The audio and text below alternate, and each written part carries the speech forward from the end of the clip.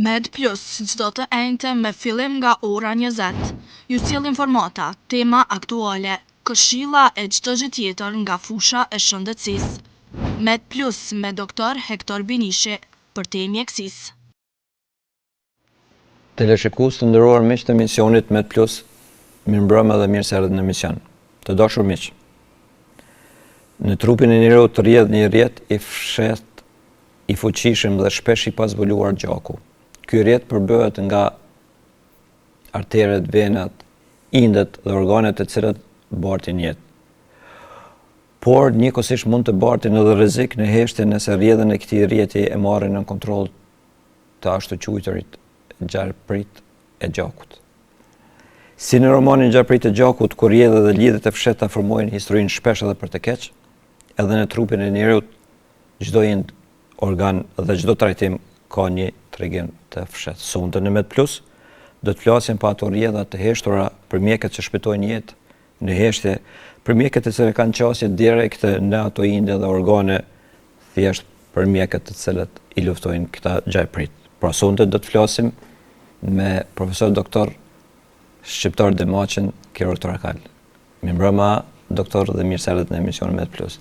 Faleminderit doktor Hektor, faleminderit për mundësinë që të flasim, bisedojmë, diskutojmë për problematikat shëndetësore që janë në interes për publikun. Faleminderit. Doktor, patjetër më duhet ta përmendi faktin që ju mbrëm keni qenë kujdestar dhe keni ardhur direkt për kujdestarisë në emision prej Prishtinës. Ju falenderoj shumë për këtë sakrificë, edhe pse si duket prapse si e keni përmendur dhe ju me një intervistë, ndikimi i ADN-it apo i trashëgimisë gjithsesi është shumë prezent kudo edhe te secili prej nesh. Mas kujdestarisë sot jam kam pushim mas kujdestarisë, kështu që me kënaqësi u marr. Një autor shumë i preferuar edhe për shumë njerëzve të tjerë, Albert Camus, ka thënë që njeriu është ai që zgjedh edhe kur zgjedhet duket e pamundur. Ju, doktor, si vendoset të zgjedhni kirurgjinë e krahërorit apo kirurgjinë torakale? Faleminderit. Po fillimisht u pata dëshirë të orientohesha për kirurgji, fillimisht doja kardiokirurgji diçka, por nuk pat vend atëherë, nuk ka pas kardiokirurgji atëherë.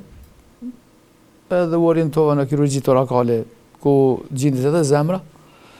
Kështu që do të thotë mund të them që kam zgjedh atë që më takon, edhe frekuencat e mia e zgjodhen bashkë këtë lami, kështu. Besoj që jam përshtat, më ka përshtat edhe mua jam përshtat bashkë kësaj lamie të kirurgjisë të krahërorit. Doktor, kirurgjia torakale spaku te një pjesë e madhe e njerëzve nuk është edhe aq e promovuar ose nuk kanë edhe shumë informata se me çka mirët, po të dëshirë të flasim pak për spektrin apo fushën veprimin e kësaj degë. Anatomikisht, pra, krahëror është koshi i krahërorit, i përbërë nga eshtrat, muskulatura, indet, organet brenda saj, mushkrit, mediastinumi janë indet që gjenden mes mushkrive, është zemra aty, ezofagu, ente mëdha të gjakut të vogla, ente limfatike, gjendrat limfatike. Natyrisht me indet e saja lidhore, të cilat do thot e lidhin edhe e konceptojnë e bëjnë do thot vetë krahërorin, i cili do thot si kosh mbron këto organe, por këto organe të nevojshme janë organe vitale, zemra, mushkrit, kapërsalli, do thot organe vitale, cilat do thot bëjnë pjesë në këtë pjesë anatomike të trupit, të rëndësishme sikur se gjitha pjesë tjera anatomike. Por në shqip është krahëror, në latinisht është thorax, i cili mund të ketë nështë edhe priordhje pelazge, për shembull thurak, i thurur, një kosh i thurur. Kështu është pra shkurtimisht. Doktor, tani derisa të bisedojmë pak për praktikën e ju përditshme. Ju punoni në qendrën klinike universitare, në klinikën kirurgjike. Ashtu. Dhe i keni operacione të ndryshme, intervenime të ndryshme, po të dëshirë të flasim për ato të cilat shërbimet që ju i afroni në atë klinikë. Po.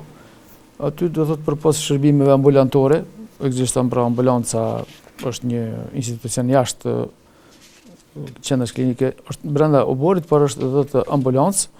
I kemi do thotë zyrat tona ku japim shërbime ambulantore, sikurse edhe specialitete tjera, por brenda klinikës, brenda klinikës së kirurgjisë ekziston departamenti i kirurgjisë torakale, klinika kirurgjisë torakale, i cila ka diku një 30 shtretër, një 40 punëtor, kemi 15 kirurga torakal, pra kemi mjaft kirurg torakal në qendrën klinikë universitare, ka edhe kirurg torakal të cilët janë në pension, ka kirurg torakal të cilët punojnë po ashtu edhe jashtë qendrës klinikë universitare, punojnë privatisht, pra ka mjaft kirurga torakal. Operacionet tona kryesisht kanë të bëjnë me mushkrinë, por për shkak të fluksit të madh të problematikës patologjisë së gjirit, jemi shumë të fokusuar edhe në patologjinë e gjirit. Po ashtu operojmë tumoret e mediastinumit. Mediastinumi është një hapësirë anatomike në mes mushkërisë, mes pjesës përparme dhe të pasme të kraharorit. Tash e keni pas një operacion të madh së fundmi? Po, ishte një strum retrosternale, quhet struma, domethënë gusha retrosternale, e cila nganjëherë e humb bullën prej qafës shkon në kraharor, edhe duhet të hapet edhe kraharori, i cili hapet mes brive, apo duhet më hap sternumi, duhet më hap drasa kraharorit. Në këtë rast nga kolegët, unë kam shikuar operacionin, por kolegët kanë operu, kanë hapur edhe sternumin, edhe ka qenë një operacion, do të thotë një tumor jo i vogël, i cili duhet të preparohej me shumë kujdes, i cili suksesshëm është kry, edhe besoj që do dalë një patologji, do të thotë benigne, besoj që do të jetë një strum retrosternal, do të thotë. Kjo është do të gjendra tiroide brenda kraharorit. Ato janë tumore mediastinale. Ka edhe tumore tjera, për shembull tumoret e timusit, për shembull, është një gjendra timusit, apo tumoret e nyjeve limfatike të cilat rriten, të cilat mirën vetëm mostra dhe nuk operohen ato, por duhet shkohet me terapi që bëhet nga hematologu, do të thotë smundjet e gjakut, këto problematika të limfomave për shembull. Por pra fillimisht kanceri i mushkërisë operohet, pra pastaj tumoret e mediastinumit, gjiri, tumoret e gjendrës tiroide, patologjia e pleurës, e cila mbështjell mushkërinë. Patologjia e pleurës është goxha e shpeshtë. Do thotë edhe kemi pneumotorakse të caktuara, do thotë një patologji e futjes së ajrit mes dy fletave të pëlhurës, e cila duhet të drenohet si terapi e parë në 85% rasteve, ajo do thotë trajtohet me drenim, drenazh torakal, futet tubi dreni në hapësirë pleurale, i cili pastaj tërheq ajrin edhe lëngjet, edhe i fusim në një shishe, edhe aty do thotë shkojnë edhe ajri edhe lëngjet, edhe njëkohësisht edhe mushkëria hapet kthehet në vendin e vet. Nëse nuk kthehet, atë duhet hap kraharorin, duhet bërë operacion, edhe duhet me i qep ato patologjitë të cilat zakonisht janë si pjesë si bulla, quhen bulla, do thotë populli thotë pufalla, të vogla të cilat qepen, priten, edhe ato qepen, pastaj do të hapet mushkëria, kthehet në vendin e vet. Natyrisht edhe mushkëria ka shumë patologji, e cila jep veçanërisht patologjia, probleme bronkiale, bronkitet, emfyezemat, të cilat kanë lidhje direkte pastaj edhe me pneumotorakset dhe të cilat jo rrallë duhet të operohen.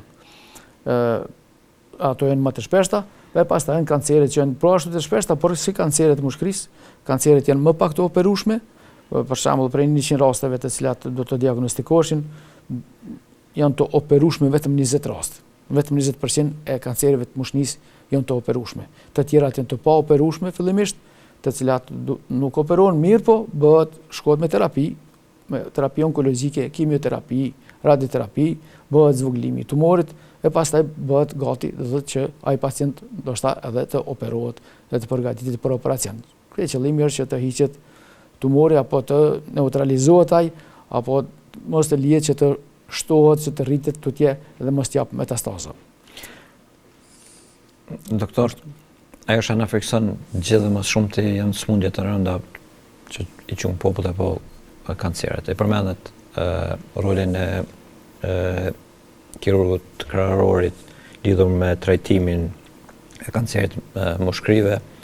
Një pyetje më duhet të ju bëj, sepse kur kanë kuptuar që ju sonda do të vini në emision, një familje kanë kërku nga unë që pës lidhur me kancerin bronkial, a operohet në kliniken tonë në Prishtinë, dhe cili është mendimi juaj për prognozë dhe për mëtutje? Po, natyrisht, e thamë që në klinikë torakale operohet kanceri i mushkërisë, kanceri bronkial në këtë rast, do thotë, por prej 100 rasteve të zbulume, vetëm 20 raste janë të operueshme. Në Kosovë, brenda vitit zbulohen diku një 300 raste diçka. Raste të reja. Do thotë, nga njerë ma pak, nga njerë ma shumë, po mesatarisht diku 300 raste, 300 e diçka raste në Kosovë brenda vitit zbulohen. Pra, mirë po, ka shumë pacienta të cilët për shkak mos informimit e humbin rrugën dhe shkojnë në qendra tjera operohen. Shkojnë në Shkup, në Tiranë, Turqi, Beograd, do thotë, apo Gjetiu, edhe do thotë operohen atje.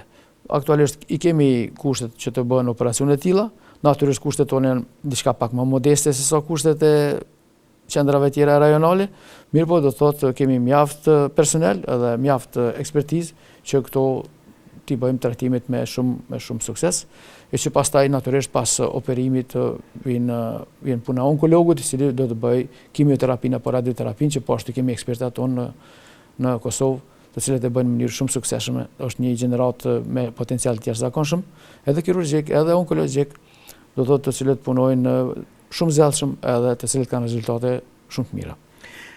Doktore, përmendet dallimin mes klinikës jonë në Prishtinë dhe klinikave tjera ku ka nga njerë edhe për padi ose për çfarë do arsye tjetër njerëz drejtohen kur bëhet fjalë për operacione të tilla, besoj që pajtoj që nuk është teknologjia ajo që është përcaktuese, po është ekspertiza. Ju ekspertizën e keni. Po. Edhe kjo është ajo që është përcaktuese kur dikush e zgjedh një vend ose një doktor për të operuar, e jo gjithë kjo teknologjisë edhe ashtu. Nuk është kryesore. Bota ka ecë shumë përpara edhe ka investu shumë. Në investim ne si shtet i ri, to investimet nuk u kapëm në hap të mirë me botën.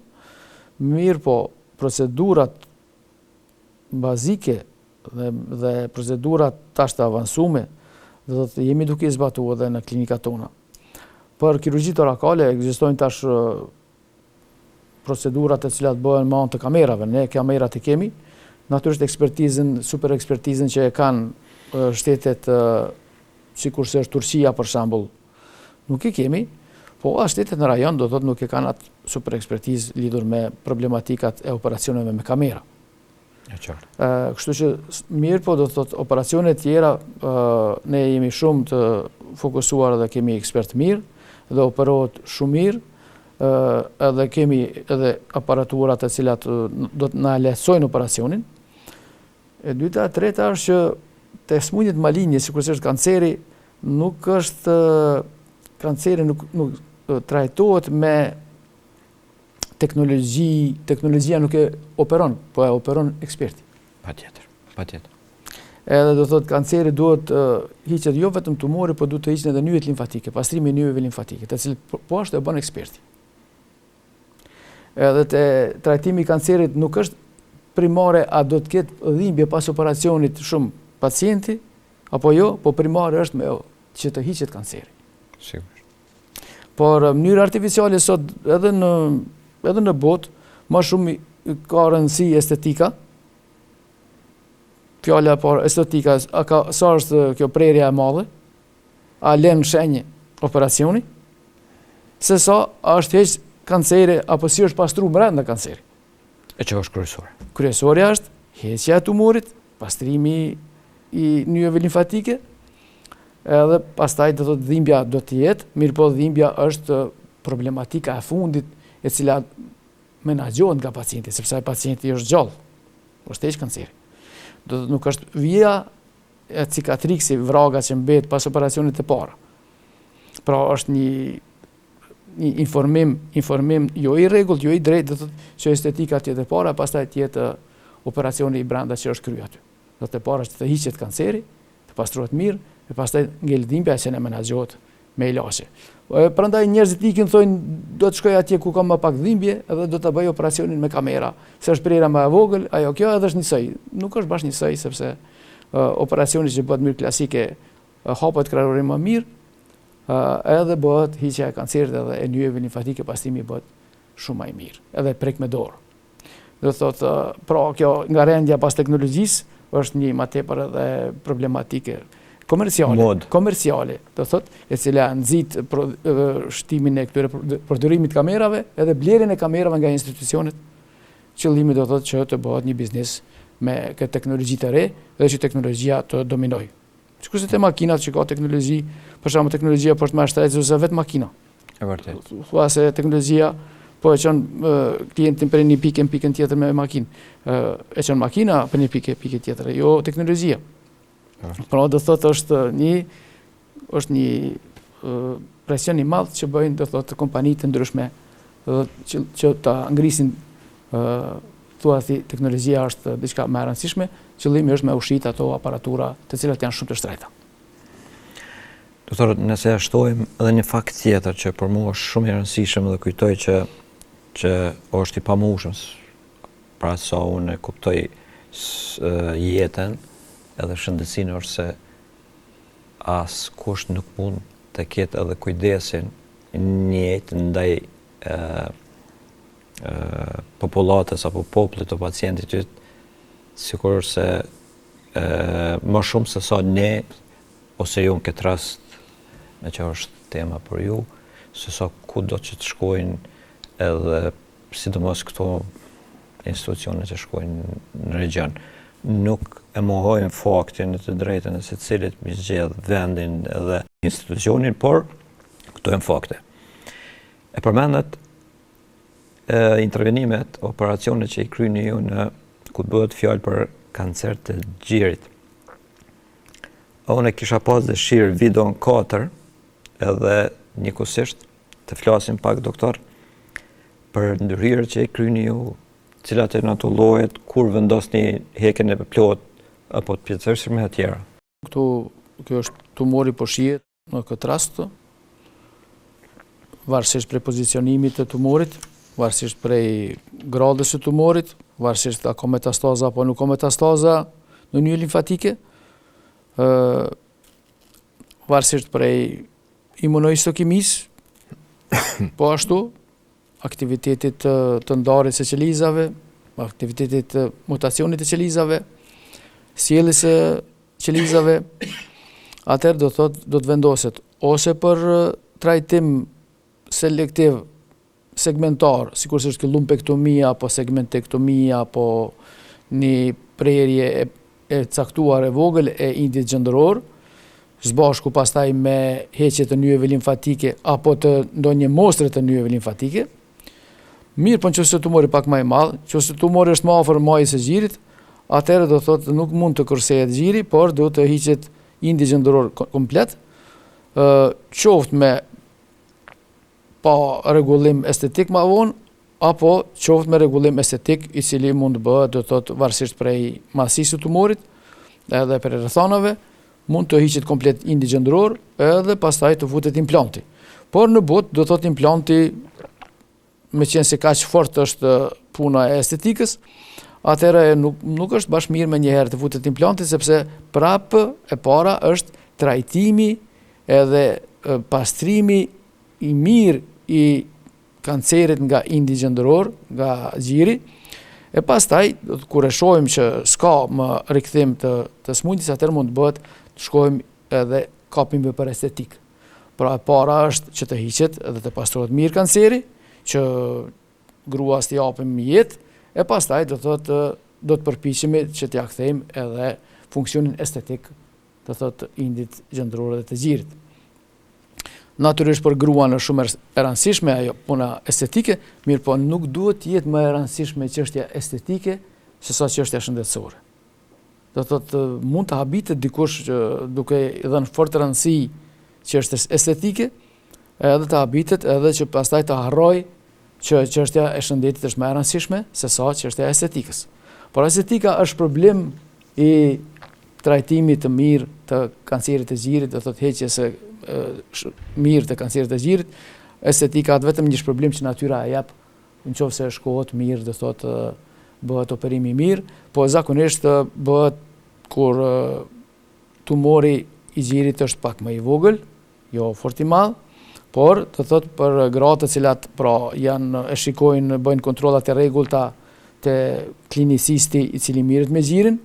Ai klinicist që mirret me gjirin quhet senolog. Senolog. Nga gjuha frangësen që do të thotë gji. Por në Kosovë për problematikën e gjirit mirret kirurgu torakal. Në Gjermani mirret ginekologu. Ka vende tjera që mirret senologu, i cili mund të jetë edhe kirurg, do të thotë që mirret vetëm me gjirin. Po do të thotë në Kosovë kemi kirurgun torakal që mirret me gjirin, po mirret edhe me tumore tjera, sikurse e tham për kancerin e mushkërive apo të tumoreve tjera të krahërorit. Por një pjesë të madhe të punës tonë në Kosovë, do të thotë kirurgu torakal mirret me problematikën edhe të ekzaminimit klinik, po edhe të sonografisë njëkohësisht, sepse bëjmë edhe sonografin, ultrazërin, se duhet me pa ku është tumori për me mujt me planifiku operacionin, por pastaj bëhet edhe operacioni, edhe nga njerë vetë dhe nga njerë me kirurgun plastik bëjmë edhe estetikën pastaj. Pas heqjes së tumorit dhe pas trajtimit të pacientit bëhet edhe trajtimi estetik, i cili është faza e fundit e korrigjimit, do thotë defekteve eventuale në krahëror. Pra, do thotë kanceri i gjirit është mirë i trajtueshëm, shkon deri në shërim, nëse tumori gjendet në fazat më të hershme, edhe nëse do thotë ka fokus për trajtimin e tij multimodal prej shumë ekspertave, do thotë prej vetë sistemit, pra ka një sukses shumë të mirë, do thotë dhe me rezultate shumë të mira të mbijetesës së këtij. Pra është pak si gjëna që nuk mund të gjinet, nuk mund të diagnostikohet me kohë apo bëhet vonimi i diagnostikimit të tumoreve në gji. Ai varet shumë prej natyrisht për vetë klientit, vetë pacientit, i cili duhet ta kontrollojë vetveten, duhet të shkojë te mjeku rregullisht, por me u kontrollu, natyrisht e mjeku i kompetent për këtë punë. Do thotë mjeku ka mjek familjar të cilët do thotë kanë më pak janë të orientuar për problematikën e gjirit. Por mjeku kompetent, quhet ai mjek i cili mirret spaku me 100 procedura brenda vitit. Qoftë ka 100 procedura brenda vitit, 100 diagnostikime, 100 ekzaminime, atëherë është më kompetent ai. Sa më shumë ekzaminime tilla, pjekuria e tij shtohet. Sigurisht. Do thotë pra kompetenca është shumë e rëndësishme, do thotë si lajmi e ngushtë, kompetenca në një lajmi është do thotë ajo e cila jep rezultate shumë më të mira se sa tek ekspertët të cilët janë më pak kompetent për atë lajm. Doktor, mjekët klinicistat nuk i preferojnë shumë shifrat, po prapse nuk janë parëndësishme. Parafërsisht në klinikën torakale. Parafërsisht në vit, sa operacione kryen? Dykun kryen 200 sa operacione të mëdha të gjirit torakale, por zbashku me operacionet që bëhen edhe privatisht, do thotë dykun 350 deri 400 procedura të mëdha operative të gjirit bëhen në Kosovë, brenda vitit. Doktor, ju keni klinikë private? Punoj në klinikat private pasdite. Pasdite. Po. Doktor, për hir të informatave të sakta, për atë është edhe ky emision, po të dëshirë, t'ju pyes cilat janë ato shërbime që ofron ju në klinikë private?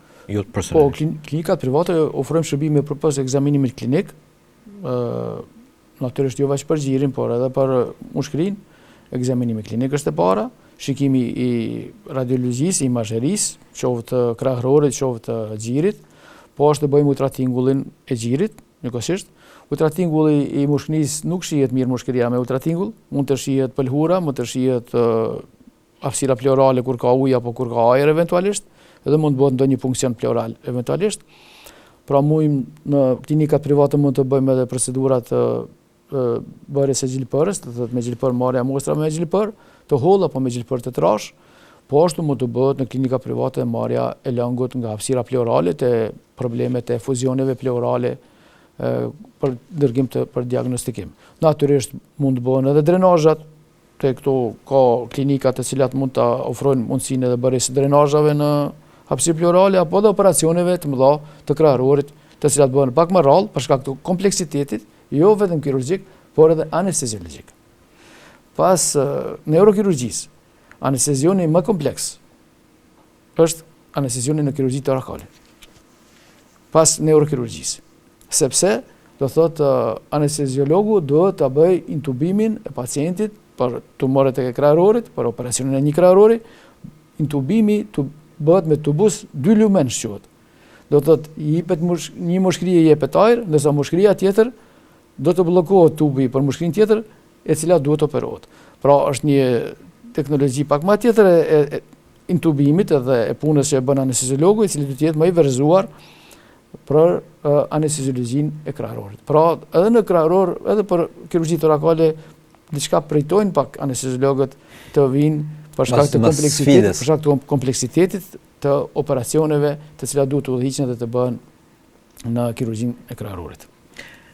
Doktor, i përmendet disa profesionistë tjerë, patjetër që bashkëpunimi lidhur me këto operacione që kryeni ju që shpesh kërkojnë shumë angazhim përveç anesteziologut, duhet bashkëpunonin me siguri edhe me onkologun dhe me mjekë tjerë, me patologët e tjerë. Bili më duhet të përmendi që një mjek i cili ka qenë javën e kaluar këtu në Med Plus e ka përmend faktin që ka një bashkëpunim, ai është doktor Eshati, që ka një bashkëpunim shumë të mirë me ju, por nuk është vetëm ai, edhe disa ginekolog cilët punojnë në Gjakovo dhe të tjerë e përmendin një fakt që me doktor shqiptarin ose duhet të punohet në mënyrë korrekte ose nuk pranon në mënyra tjera, dhe duke ju njohur ju qysh moti e di që ju s'keni ndruar këtë aspekt, edhe unë ju përcjellë edhe komplimentet atyre dhe të mia për këtë punë. Do thotë ju i bën edhe funksionet biopsit, të cilat mandej dërgohen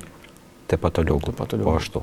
Domethënë që është shumë e rëndësishme për. Natyrisht ne jemi vetëm një hallkë, një zinxhiri, edhe vetë medicina është një, do të thotë është me hallka, me plot hallka për ta formuar një zinxhir. Kirurgu torakal bën ekzaminimin, mund ta bërë biopsin, qoftë me gjilpër, qoftë me biopsi marrje të copës, mirë po ajo duhet të dërgohet te patologu. Patologu është specialisti që shikon problematikën në mikroskop, edhe e cakton, jep emrin e smundjes, a është malinje apo nuk është malinje. Edhe pas asaj pastaj orientohemi tutje, a bëjmë operacion apo shkojmë me terapi nga onkologu. Natyrisht pastaj kemi edhe bashkëpunime me onkolog, të cilët e shikojmë edhe kemi shpesh borde të përbashkëta për të bërë, do thotë, për të caktuar se çfarë terapie më mirë do të jetë për pacientin. Edhe pastaj përpos onkologut që jep kimioterapi, është onkologu i cili bën radioterapinë. Ka dhe terapi të tjera biologjike tjera që japen, ka dhe imunoterapi. Pastaj të cilat e zvoglojnë problematikën malinje, edhe që pas një kohë sërish kthehet te kirurgu për me rishikuar situatën, edhe me pa do të si ka shku puna, edhe e përcjellim natyrisht çdo 6 muaj e përcjellim situatën klinike të pacientit. Ne kirurgët, të cilët jemi edhe kirurg onkolog, nuk jemi vetëm kirurg, ne merrem me problematikë malinje, pra jemi kirurg onkolog. Onkologët janë onkolog, të cilët janë internist onkolog, të cilët merren me problematikën e brendshme dhe onkologjike dhe japin terapi. Pra do thotë këtu jemi të lidhur njëri me tjetrin në një zinxhir të gjatë, i cili shërben në sistem, shërben pacientit që të trajtohet më qartë, më mirë, edhe që vujtjet e tij të jenë më të minimizohen. Natyrisht nuk duhet të harru këtu edhe psikologun, psikiatrin, mund të jetë edhe punëtori social i cili shkon e viziton pacientin, eksperta të tjerë të cilët mund ta shikojnë, ta vizitojnë edhe në shtëpi tek paliacioni, sepse jo gjithherë do thotë tumoret maline janë të mjekueshme, të trajtueshme, të shërueshme, por një numër i tyre i mirë do thotë vuan dhe ka pasoja afatgjata të cilat duhet të trajtohen me kundër dhimbjeve, terapi tjera plotësuese, do edhe psikoterapi, dhe ka paliacion. Paliacion nuk kupton lehtësim. Kur themi terapi paliative, ajo në shqip do të vjen terapi lehtësuese, që ja lehtëson vujtjet e pacientit, edhe do thotë i ndihmojmë pacientit që mos ketë vujtje të saktuar me atë sëmundje, do të thotë më shumë mjeku se aq nuk mund të bëj, ne jemi prapë në dorë të natyrës. Mjeku mjekon, natyra shëron. Shumë e vërtet. Doktor, në përgjithësi sodet operative e bërtin një mister në vetvete për paciente, për popullat edhe parasysh se qasje në brenda e kanë veç profesionistët edhe pacientët. Po parë se marrë punat e operacioni, a kërkohet ndonjë parapregatitje veçantë e pacientëve të zëjmë për operacion që i takon sferës kirurgjisë krahore? Natyrisht operacioni është një punë ekipore, jo një ekip i vogël, por është një ekip shumë i madh. Por që të jetë një kandidat, një pacient për operacion, duhet të bëhet evaluimi i gjerë, me pa a është në gjendje pacienti ta duroj operacionin. Pra, do të ai pacient duhet të evaluohet në aspektin hematologjik, biokimik, alergji apo jo, në aspektin a ka sheqer apo jo, shtypjet e gjakut, kardiologjik. Do të thotë gjitha këto bëhet një përgatitje e mirë e pacientit për të futur në sallë. Qëllimi është që të bëjmë operacionin me sukses edhe që pacienti ta duroj vetë atë operacion, cili është një traumë natyrisht si për pacientin, por është një traumë e menaxhueshme, e cila shërben që të hiqet tumori, të hiqet patologjia, ajo sëmundje që ai ka, të menaxhohet. Edhe natyrisht është trajtimi pas operacionit, po aq i rëndësishëm sikurse trajtimi para operacionit, gjatë operacionit, por është trajtimi pas operacionit, ku involvohen natyrisht mjekët që kanë operu, po së bashku me anesteziologët, cilët jo rrallë ai pacient shkon në mjekim intensiv, rrini ditë 2, atje derisa të qetësohet mirë, lufta kundër dhimbjes, lufta për toaletën respiratore, edhe pastaj qetësohet pacienti dhe kthehet në repart, edhe disa ditë do të qëndroj aty, repart, edhe kur e shohim që pacienti është ngrit në këmbë, e ka marrë veten, largojmë ato gypat, drenat që i ka, edhe natyrisht pacienti shkon në shtëpi me terapinë e përshkruar, edhe me ndjekjet follow-up, siç po e thojnë në anglisht, me ndjekjen që e bën mjeku në mënyrë të rregullt të atij pacienti. Ndjekja nuk është vetëm klinike, po ndjekja është dhe psikologjike, sepse mjeku duhet të jetë ai i cili ruan shpresën pacientit, jep shpresë pacientit, edhe natyrisht do të jep kurajë pacientit që ai do ta kalojë asmundje me shumë sukses. Doktor, unë thash një thënie një shkrimtari të madh në fillim, i kam edhe 2, kështu që përmendni e mandej do të tregoj edhe arsyeën se pse pikërisht këta shkrimtarë të mëdhenj i kam përgjedhur, ti citoj, Victor Hugo ka thonë se është natyra e errët e mëngjesit zi, edhe natyra e errët e mëngjesit zi nuk mund ta shuajë dritën e shpresës. E përmendet anestezionit bipolar, tuba, po intubimi dy lumensh. Dy lumensh, po edhe do thotë një pjesë e mushnisë nuk funksionon, tjetër funksionon, që ta simplifikojmë.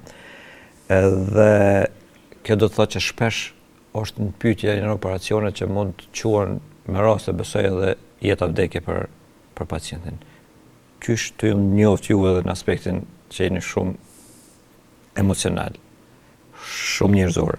Na tregoni qysh e ndini veten kur e shihni që ai pacienti i cili ka pas operacion për jetë ose vdekje shpëton edhe fillon të frymojë lirish.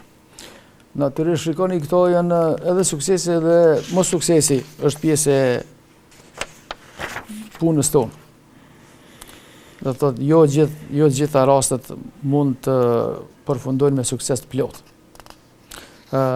Por ne përgatitemi që të kemi një kujdes sa më të mirë për pacientin aq sa duhet. Suksesi natyrisht neve na gëzon edhe na ushqen. Vetë shikimi që pacienti e bën te mjeku, ne e dim apo na e ka pranu punën, do thotë vetë shikimi i tij është ai. E shohim në shikim, mund ta flasë edhe në fjalë, mund ta thotë edhe në fjalë, dhe ne e dim frekuencat, s'ka nevojë të thuhen me fjalë fare, frekuencat e mira s'ka nevojë të thuhen me fjalë. Po dhe frekuencat e këqija që nganjëherë do thotë nuk mund t'i anashkalojmë dhe janë pjesë e punës tonë dhe ato i kuptojmë. Por mjeku si mjek do thotë nuk bën as të çmendet nga gëzimi, po as të bjerë të pikëllohet nga hidhrimet e e mundshme brenda punës tonë. Domethënë ne jemi profesionalista, duhet ta marrim me ekspertizë punën, të përpiqem të afrohemi natyrisht pacientit, t'i japim shpresë, edhe ta ruajmë atë empatinë që kemi ndaj pacientit, edhe që ai ta kuptojë atë empati, atë energji që ne përpiqemi t'i ndihmojmë, edhe jemi me të, edhe së bashku do të futemi në problematikë, edhe së bashku do dalim nga problematika. Natyrisht këtu nuk është vetëm pacienti, këtu është edhe familjari. Ne nuk e trajtojmë vetëm pacientin. Tu vjen familjari, 2-3 familjarë minimum i kemi për një pacient. Që vjen. Ne duhet bisedojmë dhe ta trajtojmë edhe familjarin, t'japim shpresë edhe familjarit, ta qetësojmë edhe familjarin, se edhe familjari smuret duke e shiku Sigurisht. pacientin, lodhet duke e shiku pacientit. Domethënë atë familjarin e tij. Patjetër. Edhe do thotë edhe atij duhet t'japim shpresë, edhe duhet t'i shpjegojmë deri sa mund të më ndihmu pacientit. Se ka raste kur ata teprojnë edhe lodhen, edhe shpenzohen nervash, edhe energjish, edhe materialisht, edhe mendojnë që është diçka e arritshme, por ka raste kur s'është e arritshme që të trajtohet komplet ai pacient. Pra duhet ta ruaj veten edhe familjari, se nuk ka ma shumë mundësi, as energji, as mjeku, as familjari që të ndihmoj rastet caktuar. Pra do thotë është e gjerë raporti mjek-pacient. Nuk është vetëm mjek-pacient, është mjek-familjar. Familjari i ngushtë e familjari i gjerë, se vinë me familje tjera, pastaj nga njerë edhe pa kohë, vinë ora 10 natës, për shembull, vinë interesohen, na kemi fol me familjarët, ta vinë plus pyesin për. Do thotë kemi presionin telefoni. Kemi presionin do thotë familjarë, nuk mirëm vetëm me pacientin. Sigurisht. Do të jemi ekspertë edhe për komunikim me familjarë, jo vetëm për të trajtuar pacientin. Pra është një presion i jashtëzakonshëm që mjeku e ka, veçanërisht kirurgu, edhe natyrisht edhe çdo lami tjetër mjekësor. Edhe prandaj jemi të ngarkuar natyrisht, po përpiqemi me përballu presionin, edhe besoj deri tash kemi përballu, edhe do të përpiqemi edhe më atje. Në Kosovë ka mjek shumë të mirë, ka potencial të jashtëzakonshëm. Natyrisht duhet të reorganizohemi, të informatizohemi si sistem shëndetësor, edhe do të kishim rezultate shumë më të mira. Doktor, edhe ta sqarojmë një punë, si çdo mjekim, po sidomos ato të cilat janë, ta quajmë kapitale të mëdha në shërbimet shëndetësore, intervenimet që i keni ju. Profesionistët i kryjnë punët, ose profesionistat i kryjnë punët, ashtu themin e sipas rregullit, sipas artit mjekësisë, edhe prapse mund të ndodhë si efekt ansor ndonjë komplikim. Cilat janë ato që pritën me ndodhë, që nuk i dëshirojmë në asnjë mënyrë, më së pari mjek nuk i dëshirojnë ato, po ndodhin gjatë intervenimeve të sferës juaj. Natyrisht ne kemi të bëjmë, e prekim indin në mënyrë më intime të mundshme. Do thotë kirurgjia brisku pren indin, pren enën e gjakut, mund të kemi gjakosje eventuale gjatë operacionit, mund të kemi gjakosje pas operacionit, mund të ndodhë infekcion mas operacionit, që duhet pastaj një kohë pak më gjatë pacientit të qëndrojë në repart. Pastaj kjo thret komplikime tjera plotësuese, meqense pacienti nuk e ka vetëm një smundje, ka më shumë smundje, ka për shembull ka smundje të zemrës, ka smundje sheqerit, ka smundje shtypjes gjakut, ka problematikë neurologjike për shembull. Edhe këto problematikë me rënien e imunitetit, problematikë reumatologjike. Edhe ky terren si i tillë e pengon trajtimin e rregullt të mirë si duhet do thotë pacientit, edhe komplikon edhe vetë ndihmën që mjeku jep pacientit. Edhe kemi komplikime të caktuara. Njëra prej pengesave është edhe mosha natyrisht, sepse me moshë njeriu nuk po bëhet më i ri, qelizat po degenerohen, edhe imuniteti i tyre bjen. Edhe mosha është një faktor rëndues, do thotë operacionet të caktuara. Nganjëherë nuk guxojmë me fut pacientin në sallë, sepse mosha nuk premton, nuk i ka forcat imunobiologjike të cilat do të regenerojë pastaj prej operacionit plaga, prandaj do të shkojmë me terapi simptomatike, kundra dhimbjeve, kundra kollit, edhe diçka. Qëllimi është që atë pacient mos ta rëndojmë me një procedurë plotësuese kirurgjike e cila do të ishte do thotë e lodhshme edhe do ta dëmtonte pacientin. Doktor, një hero i Kosovës, zyrtarisht i shpollu, heroi i Kosovës, që unë e konsideroj që patjetër është edhe hero kombëtar, kur e kam pyet a konsideron veten si hero, ka thonë jo. Sepse herojt janë ata që s'kan zgjidhje tjetër, unë kam zgjedhur. Pak më vonë do të flasim se kush e ka thonë këtë fjalë, për më intereson. Ju jeni prind, jeni bashkëshort, nëse s'gaboj keni 3 fëmijë, nuk jeni veç mjek, jeni edhe i angazhuar në jetën shoqërore shumë, edhe në media. Si e motivoni veten për me kryer këtë profesion kaq të fisnik edhe kaq të vështirë? Natyrisht, si profesion, njeriu zgjedh një profesion të caktuar, qoftë me kënaqësi ti, qoftë ndoshta e ka si zgjedhje të fundit. Edhe unë për veti do të mjekësinë e kam për dëshirë edhe me shumë kënaqësi jam në medicinë. Mirë, në medicinë pak më rastësisht isha. U futa në medicinë pak më rastësisht sepse tjera dyrt, diçka tjera u mbyllën. Kështu që mjekësia ishte gati dera e vetme që mbeti hapur. Edhe pastaj e shfryzova edhe do të thotë kalova mirë. Natyrisht mjekësia është e rëndë, por njeriu do të lënë energji edhe për familje, do të lënë energji edhe për zbavitje, do të lënë energji edhe për takim me miq e me shok. Sepse nuk bëhet puna vetëm profesionale. Puna profesionale e suksesshme bëhet nëse ai njeri është i përplotësuar, është i përmbushur në aspektin familjar, në aspektin me shoqënie, kulturale edhe material. Nuk mundet njeriu do të ndihmoj dikën nëse do të ka probleme materiale, shpirtërore, familjare, të kundërshtimeve, të kundërshtimeve brenda familjes apo me shoqëninë. Nuk mund të jetë i suksesshëm. Pra është punë komplekse e cila don një fokus, edhe e cila do thotë e don njeriu me shumë energji. Dikush ka më shumë, dikush ka më pak. Varet për njeriu, varet para historisë së tij. Edhe historisë së tij. Pra do thotë edhe dikush është më i suksesshëm në një lajmi, dikush më pak, por do thotë të gjithë së bashku e bëjmë një tërësi. Edhe nuk mund pa njëri tjetrin. Dhe secili njeri e ka një potencial i cili është i pazëvendësueshëm. Prandaj duhet secilit me thon pozicion të caktuar, i cili ta kryej punën e vet si din mas miri, edhe këtu pastaj përplotësohen njëra me tjetrën edhe e bëjnë tërësinë. Doktore, jemi në pyetjen e fundit të pjesës zyrtare. Mesazhi juaj për publikun tonë lidhur me ato që ju e prezantuat sonte. Me qenë se keni ftu për problematikë profesionale, atëherë për një shëndet të mirë, njeriu duhet ta ketë një harmoni shpirtërore,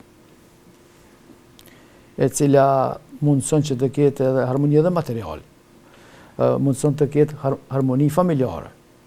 Edhe njeriu është më i qetë, pastaj edhe si i qetë nuk e pengon organizmin e tij që të funksionojë për te.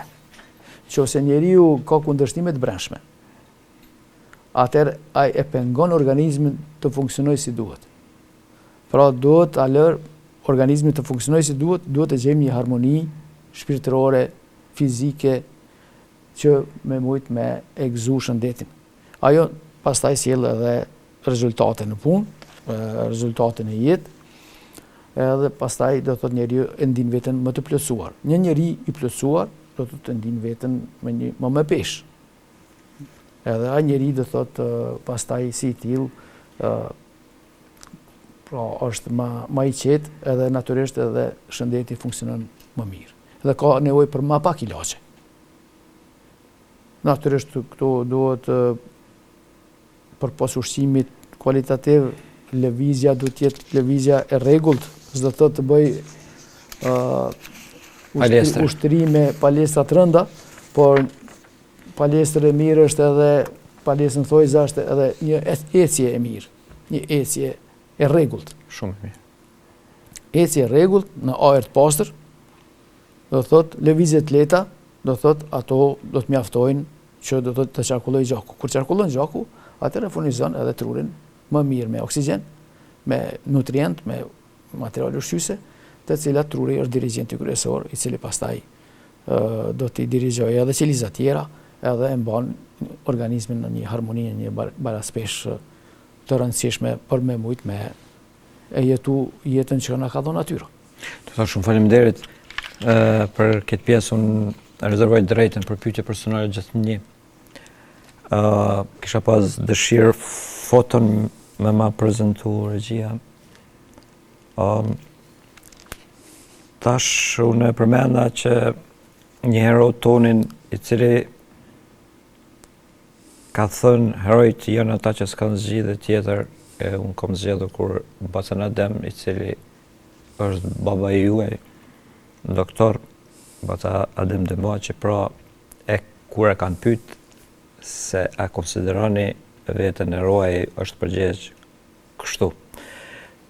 Tashti pyesëroja edhe thënit atyre poetëve, në fakt, shkrimtarëve, pse i kom zgjedh ata, për arsye se sipas informatave unë që i kom, Baca Adem ka qenë i dashur pas letërsisë franceze dhe filozofisë ekzistencialiste, e në radhë parë ka pas edhe ka në bibliotekën e tij veprat e Sartrit, Hugos dhe Albert Camus. Tashti, për sakrificën e tij janë bërë shumë emisione, shumë artikuj, i kemi dëgjuar shumë gjëra. Do t'i ndoj me publikun diçka që e ka deklaruar ai pasi që ka dalë prej burgu, ka thonë që në çdo ditëlindje i binte 3 herë murit dhe thoshte jam gjallë edhe një vit më afër lirisë. Pastaj në Hamar e ka deklaruar se edhe murat u lodhen duke më dëgjuar, por s'më mposhtën dot. Ai poshtu ka qenë edhe shkrimtar. Librin që e përmenda, Gjarprit e Gjakut, është, nëse s'gaboj, libri i parë, romani i parë i shkruar nga ai, i publikuar në vitin e parë në vitin 1958 në Jeta e re. Jeta e re. Edhe nëse unë prapë nuk jam gabim, ai është arrestu për herë të parë mas botimit të këtij librit. Besoj që shumica për nesh edhe e kemi lexu. Unë ju falenderoj edhe për 2 libra tjerë që mi sollet ju sonte. Pata dëshirë për 2 gjëra me fol. Doktor, jeni rrit një pjesë të madhe të jetës në kohën kur njëri edhe formsohet, do thot rini edhe matutje, do thonë gjatë studimeve e dim që baba ju i ka qenë i arrestuar, ka qenë i burgosur. E keni deklaruar për nanën që ka qenë shumë e fortë edhe me raste, jo vetëm me raste, por gjithmonë ka qenë përveç nanës edhe babi juaj. Si e keni përballu mungesën e babës se prap asgjë nuk e zëvendëson plotësisht apo? Natyrisht secili njeri një histori e ka, tash edhe secila histori specifike. Po historitë janë, secili njeri ka vujtjet e tij, ka përjetimet e tij, të cilat e formsojnë atë si njeri. Edhe ato mos ishin ashtu, atë nuk formsohej njeriu, nuk formsohet. Do të përjetoj ca humbje kështu, disa sakrifica, do të thotë gjatë jetës që të mund të piqet. Historia e familjes tonë relativisht dihet mirë, është mirë e prezantuar edhe në media kështu. Kështu natyrisht unë kam pas një fëmijëri ashtu si ka qenë, si ka ardhur. Dhe ka qenë e durueshme natyrisht. Do thotë jemi zhvilluar, jemi rrit në edukimin e nanës, në frymën e babës. Nana ka përmend babën gjithherë. Unë kam pas librat e babës në shtëpi, kam lexuar diçka, kam përcjell, edhe tash shkenca po del që gjenet që janë në kuadër të ADN-s, fëmijët i marrin nga baba të shkruara edhe të shtypura dhe i marrin të gatshme. Edukatën e merr nga nëna, është me qenë se është aty të në kohën e edukon fëmin, mirë po informatat nga baba i merr përmes gjeneve direkt. Pra, edhe ne trashëgimtar tash, do të thotë i kemi gjenet e shkruara, i kemi nga prindi, nga baba. Bile sa i përket djemve, djemë praktikisht i marrin gati 100% gjenet e ngjashme nga baba. Vajzat i marrin 50%. Kështu që do thotë, pra çdo gjë ka një vazhdimsi. Dhe çdo gjë është e trashëgueshme. Pra duhet përpiqemi që ato kualitete ekzistente që janë të mira për shoqërinë të kultivohen, të vazhdohen, të përparohen, edhe do thotë të ruhen. Si tilla, do thotë unë jam ky që jam, edhe unë jam krenar për këtë që jam. Këtu në këtë foto këtu e kemi me babën në vitin 2015 në Cyri, kemi qenë të një shok i imi Sefer Gashi, një mjek, pa të më shku një egzaminim me bo neurologjik, atër baba pat problem me infarkt trurit. Këtu ishte, do të thotë, këtu ishte i smur, dhe me problematika caktuara neurologjike. Dhe këtu e kemi një foto kujtim pra, prej vitit 2015. Po pastaj baba nga dalë do thotë për shkak progresionit të smundjes ajo do thotë nuk premtoi më shumë dhe vitin 2018 pastaj ndroi jetë. Por do thotë shpirti nuk vdes. Pra njerëzit nuk vdesin derisa janë kujtesë të tjerë. Patjetër. Dhe shpirti nuk vdes, edhe prindër, veçanërisht shpirti i prindërve do thotë është gjithmonë këtej. Edhe do thotë është ai engjulli i roje që na bën neve fëmijëve, edhe jo veç neve fëmijëve, po edhe tafënve edhe njerëzve që ka kriju raporte, do të thotë është engjulli i roje, pra njeriu praktikisht nuk vdes, po ndron formë. Fizikisht nuk është, por është energjia e tij, do të thotë energjia e njeriu që ka vdekur është energjia, është këtu prezente, pra do të thotë mund të komunikojmë jo me gojë, po komunikojmë përmes të mendjes edhe muhabetit që përmes mendjes është komunikimi me mendje, do të thotë telepatik.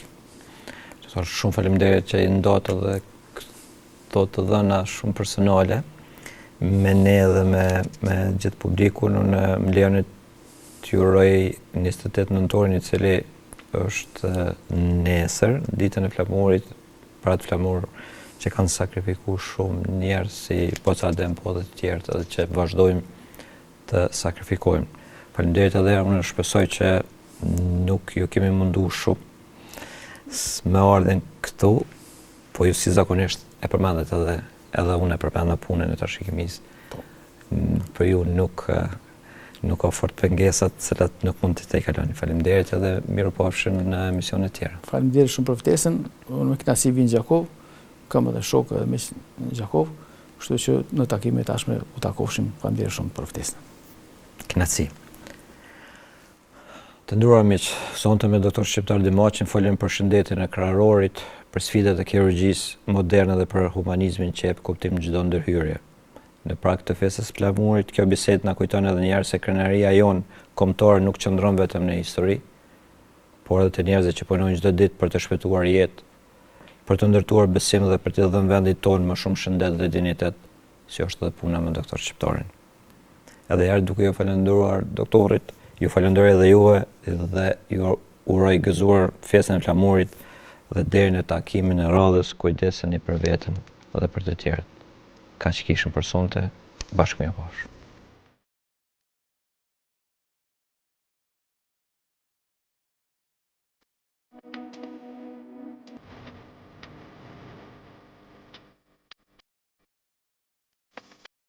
Med Plus, çdo të enjte me fillim nga ora 20. Ju sjell informata, tema aktuale, këshilla e çdo gjë tjetër nga fusha e shëndetësisë. Med Plus me doktor Hektor Binishi për te mjekësisë.